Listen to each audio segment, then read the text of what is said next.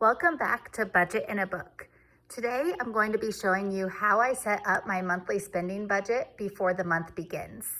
So in a previous video, I showed you an in-depth tour of all the different parts of my budget in a book, including the blue tabs, which are connected to our monthly spending and our budget. If you've not yet seen that video of the in-depth tour of my budget in a book, I suggest that you go back and watch that first. So this month is almost June 1st, so I'm going to show you what my budgeting page looks like for the month of June. Of course, there's no spending yet because it's still May. So each month before the month begins, I create this similar template on each page. At the top of the page is where I document our payroll. So my husband and I know how much we're going to get paid each month, but because my husband often does some coaching jobs on the side, sometimes his pay ends up being more than anticipated. So once those paychecks come in, I'll document exactly how much that we were paid for that portion of the month. We do get paid twice in a month, and so that's where I document that information. Otherwise on the page, I have our main monthly spending budget allocations. So I always include gas, entertainment, groceries, everything else, kids' time spent, and my own blow money, which is my fun money. So to kind of break this down a little bit further, each month we generally give ourselves $225 worth of gas. Some months we spend that much, some months we don't, but once we get to the end of the month and I balance out our budget, we'll be able to find out exactly how much we spent. We also allocate $125 for our entertainment. This includes anything that our family decides to do, such as going to the movies, or if we decide to go out and get French fries, any form of entertainment will get documented right here. Groceries, we are a larger family. There's 7 of us in our family, so we generally budget about $900 a month for a normal 4-week month. Some months are a 5-week month, and so on those months, I try to budget a little bit more in order to get us through that month.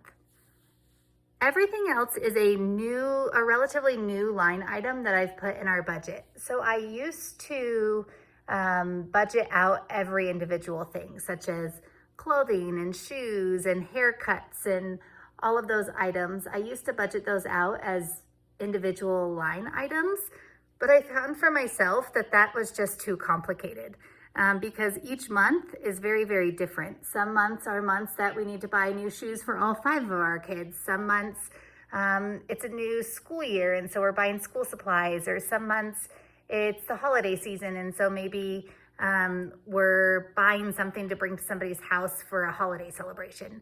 So I've just found that it's much easier to lump all of those line items together, almost into like a miscellaneous category. So anything miscellaneous in our budget would go here. Essentially, if it doesn't fit under gas, entertainment, or groceries, I would put it as everything else. One of my husband's and I's priority this year, when we sat down at the beginning of the year and talked about our goals and our priorities, was prioritizing time spent with our 2 older kids. So we have put a line item in our budget specifically for our older kids and time spent with them.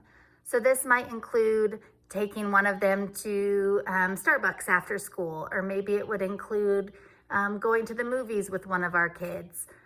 So we wanted to just have that extra line item in our budget, so that gives us that freedom when those moments come up, that we could just take those opportunities and go spend some special time with them. And the last part of my monthly spending, and my husband has this too, he keeps track of his own outside of this budget book. He just kind of keeps track of it mentally. But this is each of our own blow money.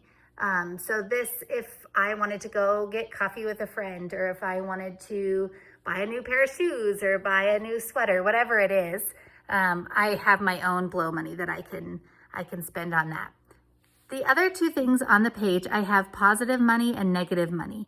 Sometimes there's things that come up in a month that I wasn't really anticipating, and I don't really have a place to put it on the page. So for instance, if it's sports season and I'm signing one of my kids up for a sport and I don't really want to document it here as everything else, sometimes I'll just put it here as negative money and I'll just kind of keep track of that over the course of the month. And at the end of the month, when I balance out my budget, often I'll have a little bit of extra money in other places and I'm able to account for that. The other thing on the page is positive money. So like I said, often my husband coaches and he earns extra money for coaching. So once I put our payroll on, often his paycheck is bigger than what we have in our budget. And so that will become positive money. So the goal at the end of the month when I go through to balance out my budget and I add up all of our totals and find out if we were under or over, I account for any negative money that we have here and positive money. The ultimate goal is that the whole budget will be balanced and we won't be in the negative. Oftentimes we're actually in the positive, and any leftover money at the end of the month, then my husband and I can decide how we're going to allocate that extra money, whether it means putting it towards our home mortgage, because that's one of our goals, to pay off our house early. Or for instance, if I know that the next month is a 5-week month and I know I'm gonna need a little bit extra money for groceries, then I can just roll that extra money over into the following month. So this I do at the end of every single month. I set up my budget for the following month so that then once the first of the month starts, I am ready to keep track of our money and our budget. Please, if you have any questions, go ahead and type them below in the comments and I'll do my very best to answer them. But thank you for joining us today in Budget in a Book.